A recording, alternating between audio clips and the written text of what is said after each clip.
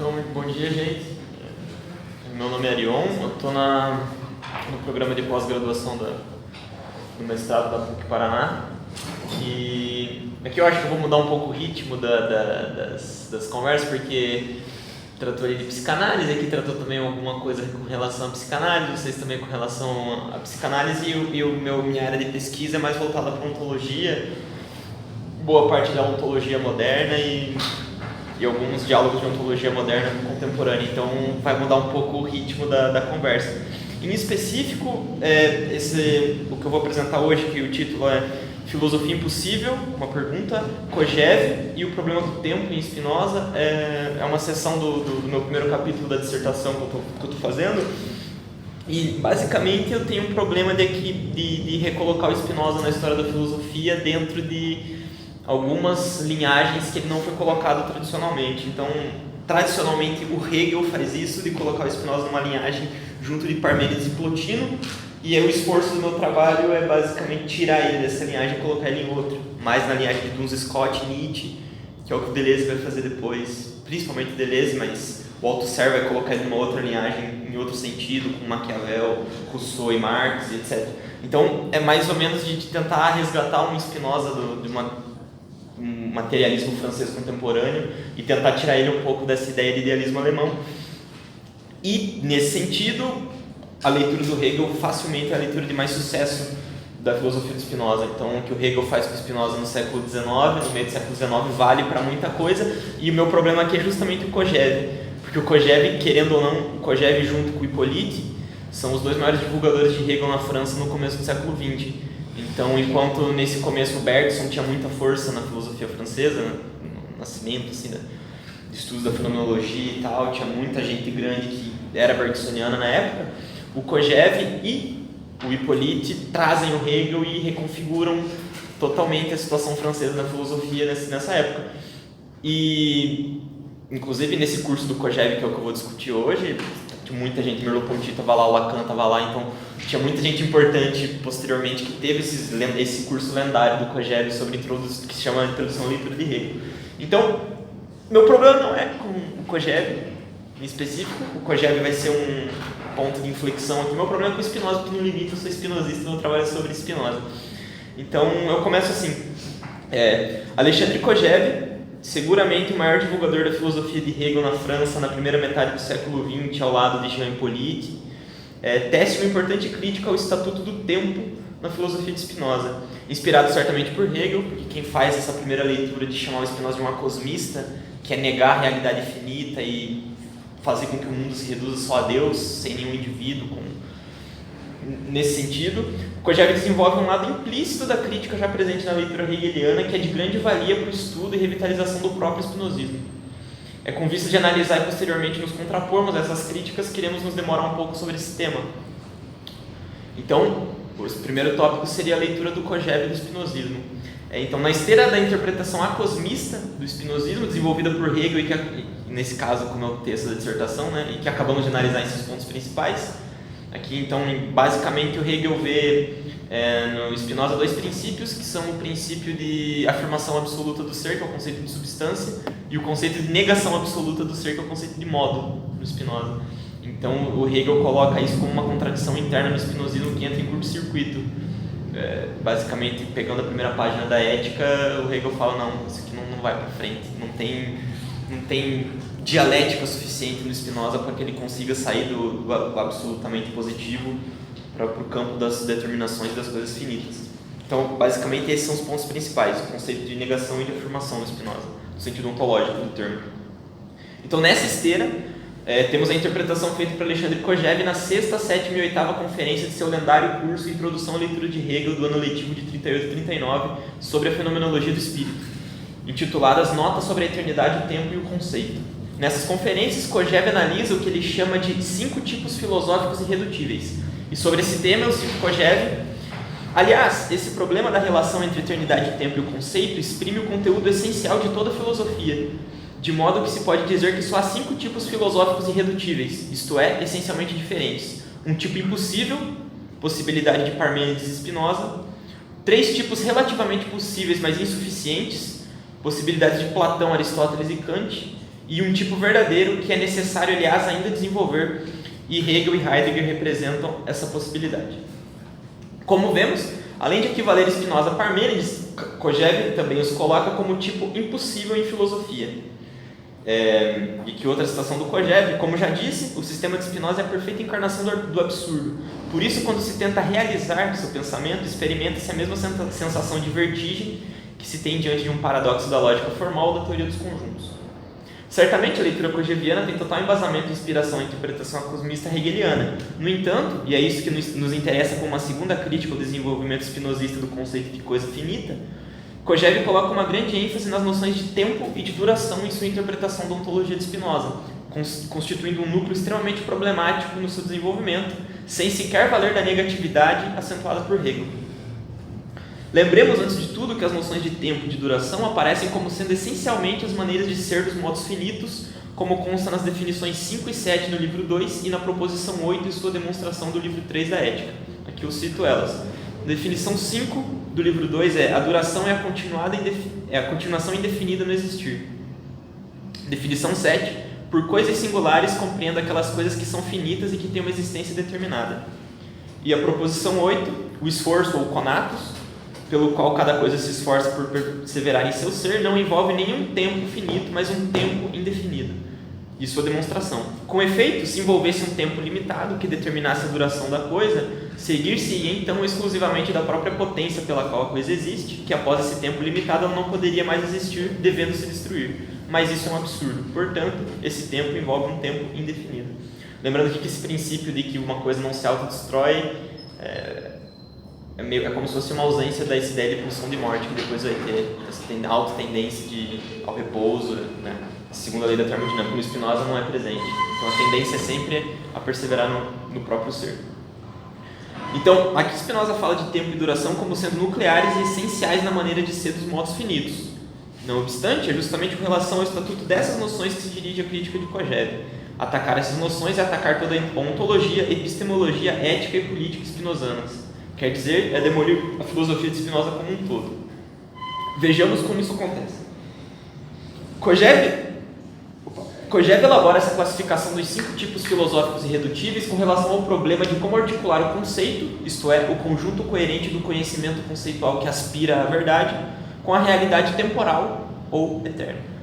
Os tipos filosóficos de Platão, Aristóteles e Kant são rotulados como relativamente possíveis, mas insuficientes, pois relacionam o conceito com algo distinto dele mesmo. Isto é, todos eles desenvolvem uma espécie de filosofia sempre representacional, presa às amarras de um entendimento finito, numa espécie de sujeito-objeto. Então, o conteúdo sempre é externo. As diferenças entre esses sistemas, já que os 3 convergem em compreender que o conceito é sempre uma relação, consiste na maneira em que eles compreenderão essa relação. Pois bem, antes de tudo, o conceito sempre deverá ser eterno, já que toda filosofia, entre aspas, que merece levar esse nome, aspira à verdade, ou pelo menos a verdades, e portanto a verdade ela mesma não pode ser temporal e absolutamente mutável. Aceitar isso significaria cair em um relativismo ou em um ceticismo que para o Kojève e para o Hegel nada tem, ou para qualquer filósofo, pelo menos esse sistema até o Hegel, nada tem filosófico. Nesse sentido, para Platão, o conceito eterno fará referência à eternidade, configurando uma espécie de teologia monoteísta antecessora da compreensão cristã, em que toda a verdade está presente em uma realidade eterna fora da existência temporal. Aristóteles, por sua vez, percebendo as dificuldades de justificação dessa posição platônica, dirá que o conceito se refere também à eternidade, mas que se encontra no tempo. Essa torção, por mais que ainda configure uma teologia, pois a verdade ainda diz respeito à eternidade, possui traços mais imanentes. A biologia aristotélica mostra como, mesmo se referindo à eternidade, a verdade se materializa nas espécies ínfimas e nos singulares. Por fim, Kant dirá que o conceito eterno não se refere à eternidade, mas sim ao próprio tempo, o que, segundo Kojève, é justificado já nas primeiras páginas da Crítica da Razão Pura, com a afirmação kantiana de que o conceito sem intuição é vazio e a intuição sem o conceito é cega. O que mostra que não há nada para se buscar enquanto conhecimento verdadeiro fora do que se apresenta a partir das formas puras da intuição, tempo e espaço. Mesmo se distanciando da teologia através dessa postura crítica, Kant ainda se coloca do ponto de vista da representação e não de um saber absoluto, portanto, ainda insuficiente. Por outro lado, aos tipos de Parmênides e Spinoza e o de Hegel e Heidegger. Inversamente aos 3 anteriores, Spinoza, o representante moderno do eleatismo, o sistematizador e desenvolvedor maior de Parmênides, e Hegel, não compreendem o conceito como algo distinto dele mesmo. Nesses dois casos, podemos dizer, o saber absoluto não é compreendido como uma representação. O saber não é saber sobre o ser, mas o próprio ser se refletindo em si. Em outras palavras, e retomaremos mais adiante essa problemática, Spinoza demonstra, já no Tratado da Emenda do Intelecto, como não há necessidade de um discurso do método à maneira de Descartes, justamente por recusar que seria preciso possuir um conhecimento prévio para poder entrar em um segundo momento do conhecimento, para ir justificar um método e daí descobrir um outro método para justificar um método e assim ao infinito. Algo muito similar é encontrado no prefácio da Fenomenologia do Espírito, quando Hegel fala que a introdução à ciência, que é o caso da fenomenologia, já é ciência. O próprio entrar em cena do espírito já é ciência sobre o espírito. Então, nesse caso, os dois estão muito próximos de fato. Aqui. Ou mesmo a máxima espinosista presente na carta 76 a Albert Burg, que corrobora com esse gesto imanente da verdade e de sua demonstração. Eu cito Spinoza, pois o verdadeiro é índice de si mesmo e também do falso. É com a figura de um círculo perfeito, portanto, que Kojève apresenta essas duas filosofias. Por não fazerem referência a nada exterior a ele mesmo, o saber absoluto atua como um conjunto circular de conhecimentos. Discutir o método já é filosofia, já é conhecimento das potências próprias do intelecto, já é ter posse da ideia verdadeira, isso para Spinoza. E a entrada em cena fenomenológica do espírito já é ciência, no caso de Hegel. Para Kojève, no entanto, como vimos no parágrafo anterior, a alternativa de Spinoza é impossível e a alternativa de Hegel é verdadeira. O que diferencia uma da outra, já que ambas compreendem o caráter intrínseco do desenvolvimento e da posse da verdade, ou do conceito, é a própria identificação do que é essa verdade. Enquanto para Hegel o saber absoluto será o próprio tempo, para Spinoza será a eternidade. E é justamente aí que esses dois sistemas serão o exato oposto um do outro e que o espinosismo se transformará em algo monstruoso. E aqui eu cito Kojève. O ser conceito de Spinoza é a eternidade, ao passo que o ser conceito de Hegel é o tempo. Por conseguinte, o saber absoluto deve também ser a eternidade, quer dizer, deve excluir o tempo. Em outras palavras, não há necessidade de tempo para realizá-lo. A ética deve ser pensada, escrita e lida num piscar de olhos. Aí está o absurdo. O ataque de Kojève, que se direciona ao completo absurdo que seria concordar com a perspectiva espinosista, se justifica pela aparente exclusão do tempo que Spinoza executa no campo ontológico. Kojève parece argumentar rigorosamente ao inverso das proposições de Spinoza que citamos acima, onde ele parecia equivaler a ideia de duração ou tempo com a existência modal finita. Longe de demonstrar de fato essa relação, Spinoza assume, na verdade, o ponto de vista do ser puro, o ser como mera substância eterna e infinita, como apresentado nas primeiras definições e proposições do livro 1 da Ética. Além disso, como Spinoza não vê no conceito uma relação de correspondência entre externos, a única conclusão de fato spinozana é da absoluta exclusão do tempo, da mudança e do devir e, consequentemente, de qualquer possibilidade da ética ter sido escrita por um modo finito, singular em um momento histórico determinado. Baruch de Spinoza em sua casa na província de Haia, nos Países Baixos, no ano de 1675. Aceitar como Spinoza aceitou no início de sua ética que a substância é o absoluto, impossibilita qualquer explicação histórica posterior, pois a eternidade não é e não pode estar no tempo. Cito Kojève, a ética demonstra a impossibilidade de sua aparição em qualquer momento do tempo. Em suma, a ética, para ser verdadeira, só pode ter sido escrita pelo próprio Deus, e convém notar por um Deus não encarnado. Quer dizer, para o espinosismo ser verdadeiro, Spinoza teria de ser o próprio Deus, e assumir que Spinoza, um modo finito, é Deus, substância, poderia ser a atitude de alguém à beira da loucura. Convém notar, então, também, que não há possibilidade na perspectiva espinosista de existir qualquer discurso científico e ciência entendido no sentido hegeliano, pois a ética não comporta esses momentos temporais sucessivos e degenerantes ou construtivos que são efeitos do tempo. O espinosismo não permite que o diverso se explique ou se desenvolva. O postulado do ser como uno, como substância eterna, anula por completo a possibilidade de discurso verdadeiro no tempo. Para Spinoza, portanto, cito Kojève, o discurso deve ser intemporal. Ora, sem ter o tempo, o homem não pode pronunciar uma única palavra. Se o ser é uno, ou o que dá no mesmo, se o conceito é eternidade, o saber absoluto reduz-se para o homem ao silêncio absoluto. Isto é, pior que um cético ou um relativista que assume que não há verdade, que portanto não há filosofia, Spinoza afirma que só pode haver filosofia real para Deus. No entanto, Kojève argumenta, não é a ideia do sistema de Spinoza que é essa monstruosidade, visto que a ideia do sistema de Spinoza é tão somente a ideia do saber absoluto, o saber imanente, assim como em Hegel. Isto é, que o conceito se desenvolve uma reflexão absolutamente extrínseca consigo mesmo. A vertigem que a filosofia de Spinoza causa é justamente esse vácuo temporal onde não há explicação de como um homem de fato precisou de tempo para escrevê-la, a escreveu. Isto é, a ética poderia tranquilamente sobreviver fora do tempo. O que falta a ela é a chave de acesso para quem está e vive na realidade temporal. Cito Kojève de novo. O sistema espinosista é a própria lógica de Hegel, para a qual, no entanto, não pode haver fenomenologia que leve a isso.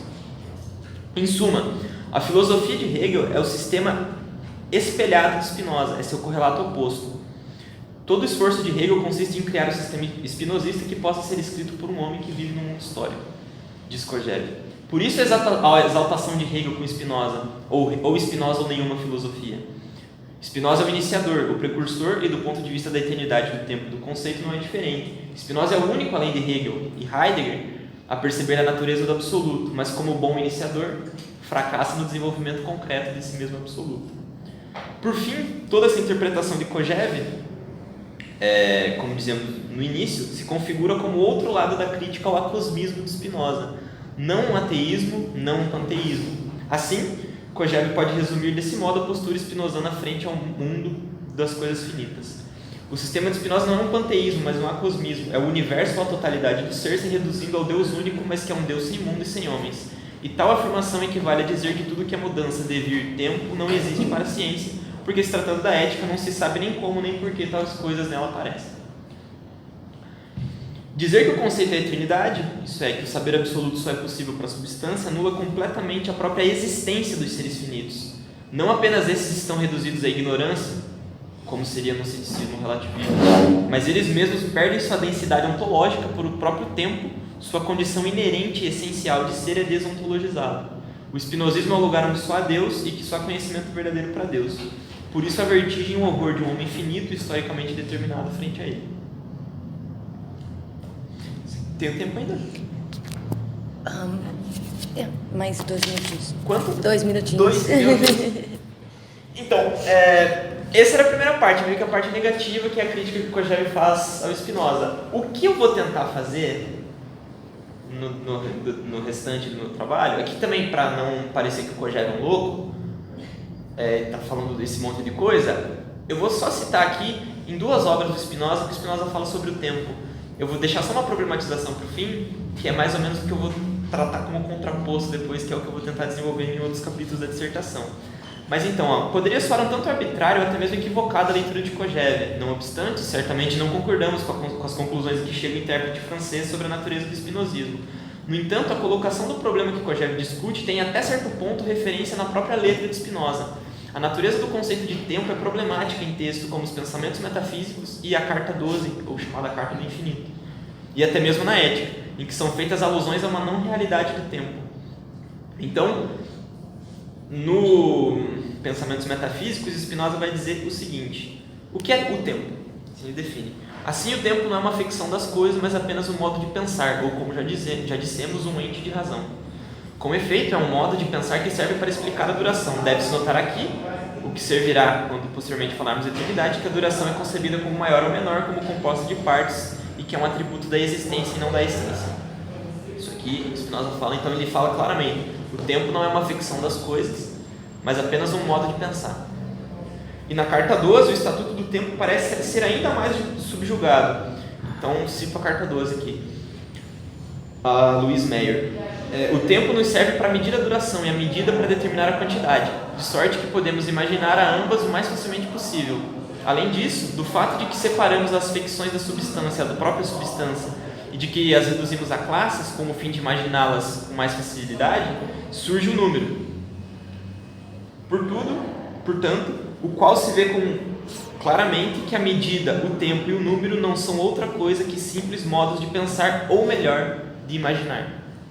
Que o Spinoza então reduz ainda mais o Estatuto do Tempo, então nem um modo de pensar genuíno, que na teoria de Spinoza seria o terceiro gênero de conhecimento, aqui ele coloca o tempo como o primeiro gênero de conhecimento, que é o conhecimento mutilado, o conhecimento inadequado, etc. Então, acho que eu vou parar por aqui, porque isso aqui, pelo menos essas 2 passagens dão margem para o Kojève e para o Hegel disseram no espinosismo. No entanto, o que eu vou problematizar depois é que tudo isso só acontece no espinosismo se o tempo, o conceito de tempo e o conceito de duração forem correlatos. Se tempo e duração forem a mesma coisa, tiverem o mesmo estatuto, aí de fato o espinosismo é uma loucura, só Deus pode ler a ética, e é isso, só Deus poderia ter escrito, lido e vivido. Agora, se o conceito de durationes no Spinoza for diferente, tiver um outro estatuto do conceito de tempos, então quer dizer que tem uma outra natureza. Eu tento naquelas primeiras 3 citações de Spinoza das definições e tal, que aparentemente ele usa tempo e duração em sentidos um pouco diferentes. Eu não consigo desenvolver eles, mas é o que eu vou tentar fazer. Se eu conseguir provar que o conceito de duração tem uma densidade ontológica maior, que é de fato algo genuíno da existência das coisas, então esse problema vai estar sanado. Se não, a gente aceita que tempo e duração é a mesma coisa no Spinoza, portanto não são coisas da cabeça, assim, são entes de imaginação. Mas é isso. Ok.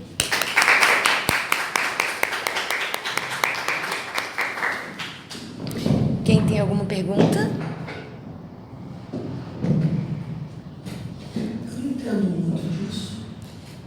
Eu entendo que o Kojève era louco, sim. Então você não precisa fazer para não parecer que era louco. Queria juntar Freud, Hegel e Heidegger no mesmo barco. Isso é uma loucura completa.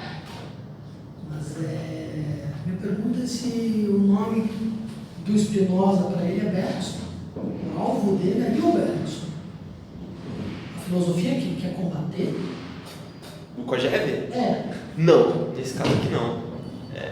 Bom, eu não entendo o suficiente do Bergson para dizer, mas... Porque assim como o Spinoza, o Bergson também de alguma maneira está tentando retomar esse tempo a la Parmênides, que ele vai desembocar no Deleuze.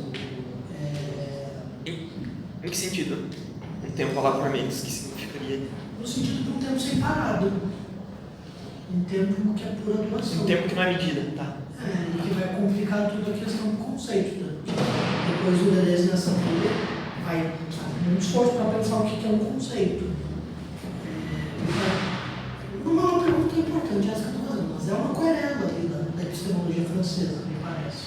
Do Kojève com o Bergson. Sim, nesse sentido me parece que sim. E quando traz a imagem do Deleuze fica um pouco mais claro, porque é sabido também que o principal inimigo da filosofia da diferença para o Deleuze era a dialética hegeliana. Então, Kojève se tratando de um hegeliano, declaradamente hegeliano, me parece sim que a discussão vai por aí. Eu acho também que faz muito sentido o Bergson ter uma grande importância aqui, porque o Deleuze vai fazer uma grande descoberta no bergsonismo sobre... não uma descoberta, mas... a descoberta do Deleuze no bergsonismo em outro sentido, né? Ele descobre a intuição como método, acho que é o maior ganho teórico para o estudo de Bergson. Mas ali ele já discute essa ideia de uma ontologização pesada do conceito de tempo como duração contínua, como presente vivo, esse tipo de coisa. Aqui no caso, eu acho que o ataque do Kojève não vai nesse sentido. Eu acho que o ataque do Kojève vai ao espinosismo mesmo, porque se tratando aqui do Kojève fazendo uma análise de uma passagem específica da fenomenologia do espírito, eu acho que o Kojève meio que se contenta em apresentar mais ou menos o que o Hegel pensaria dessa ideia de Spinoza. E no Hegel é claro, se a gente for pegar tanto as passagens das 3 ciências da lógica, quanto as lições sobre a história da filosofia, em que os lugares onde mais aparece a discussão do Spinoza com o Hegel, no Hegel é claramente isso. O Hegel quer encontrar ele quer encontrar incongruências no espinosismo, porque ele vê no espinosismo uma espécie de dialética impotente, assim. Ele vê que o Spinoza encontra o principal princípio dialético que existe, que é o conceito de determinação como negação, mas ele fala, não, o Spinoza para por aí. Só que a grande sacada é que esse Spinoza não existe, esse Spinoza que o Hegel cria. O Hegel forja de fato. O Hegel faz bem aquilo que o Deleuze fala em Como Você Lê a História da Filosofia, que ele está criando um monstro. Você está criando de fato, está fazendo uma coisa que não está bem na letra, está um pouco na letra do filósofo, mas ele... caricatura que monstro, né? É justamente o que o Deleuze vai fazer com o Hegel depois. Mas nesse caso... Os filósofos fazem. Sim. Quem não tem compromisso com a história da filosofia mesmo, quem está querendo ser filósofo, vai ter alguém para fazer de caricatura. E parece que esse caso, me parece que no caso do Hegel, o maior caricato foi o Spinoza. Eu acho que o Kant ele leva mais a sério, o Schelling e o Fichte ele leva mais a sério, todos esses caras, mas o Spinoza parece que foi uma figura mais caricatural. E justamente por causa disso que eu acho que o Kojève está se limitando a isso. Mas com certeza o problema do Bergson ali e como se relaciona essa questão tá ótima. Porque no capítulo da fenomenologia é um certo desprezo à categoria da sensibilidade. Né? Certeza sensível como menos importante. O Bergson é o oposto. Sim, é. E tem uma sensação que o Spinoza também isso é meio oposto. Eu tento ler o Spinoza como materialista, nessa esteira de Deleuze e Althusser, assim, esse herdeiro de Marx e tal, na mesma tradição. Então, me parece também que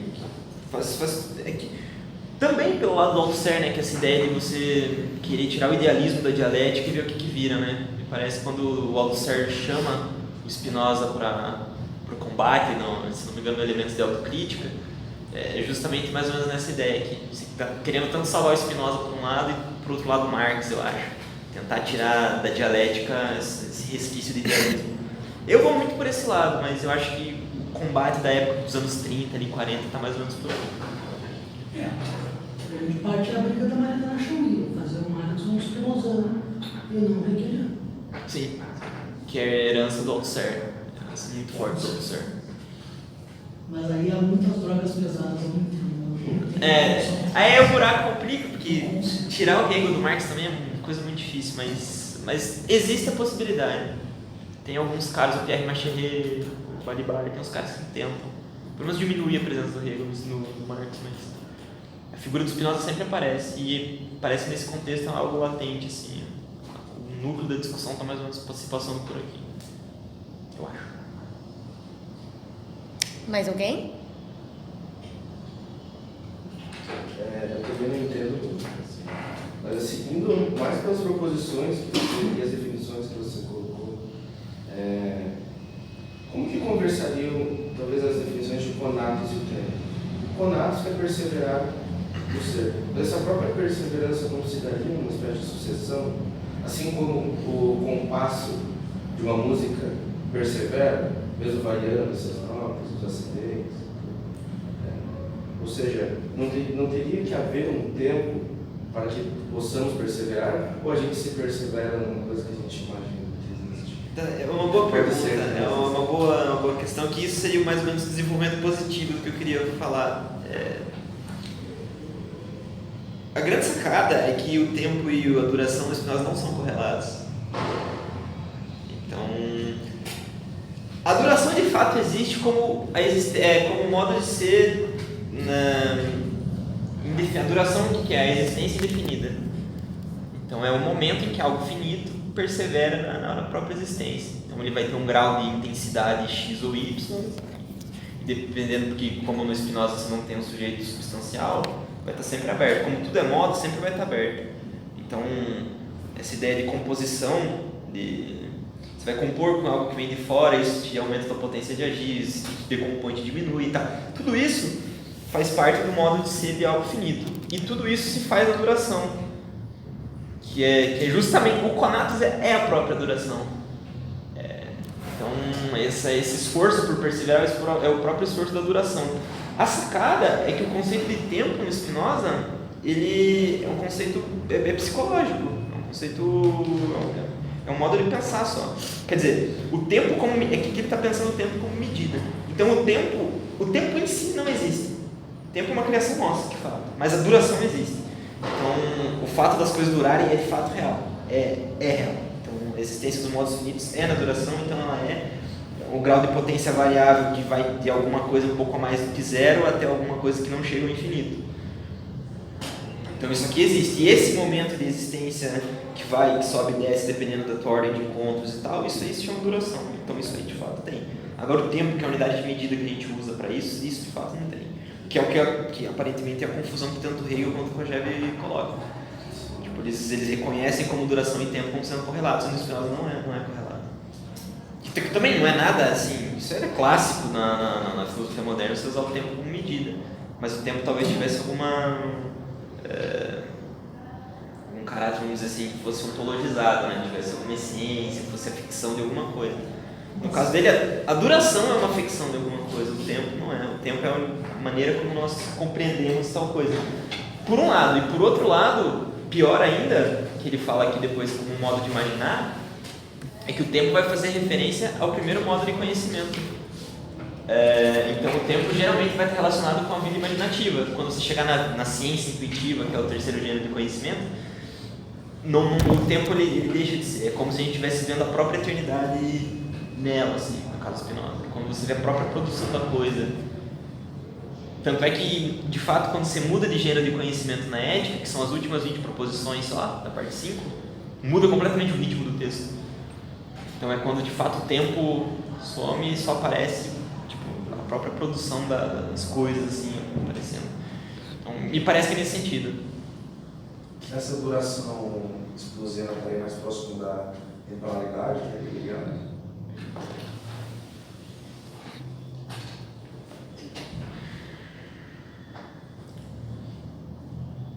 Eu acho que essa ideia de duração ela vai explicar a existência de alguma coisa singular. Talvez é quando o Hegel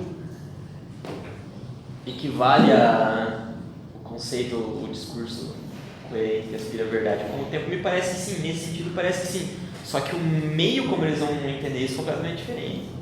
O espinosismo, vamos dizer assim, é uma positividade pura, assim, você não tem movimento de dialética interna. Na verdade existe uma dialética, mas não tem telos. Dá para definir que existe uma dialética de outra natureza no Spinoza, mas não tem telos. No Hegel parece que tem um telos interno, que sempre é o desenvolvimento e chegar em algum... No Spinoza não tem isso. No Spinoza, de fato, não tem essa ideia de um conceito final, de um espírito completamente desenvolvido, ele nunca vai chegar. Mas tem a ideia de um autodesenvolvimento, que vão ser tanto de autodeterminação interna, que é essa ideia de conato de você se afirmar, quanto de determinações negativas externas, que é um mundo entre aspas querendo te destruir. Não querendo te destruir, mas tudo que vem de fora não necessariamente corrobora para a tua existência. Tipo, só a tua existência corrobora para ela mesma. Acho que no Hegel não é muito assim que funciona. Acho que no Hegel a dinâmica de negação e afirmação ela é interna mesmo, assim, ela é implicada. Acho que no Spinoza a natureza é diferente, mas pode ser que dê para pensar mais ou menos, pelo menos no sentido de pensar a verdade, pensar a natureza do conceito. Ok, muito obrigada.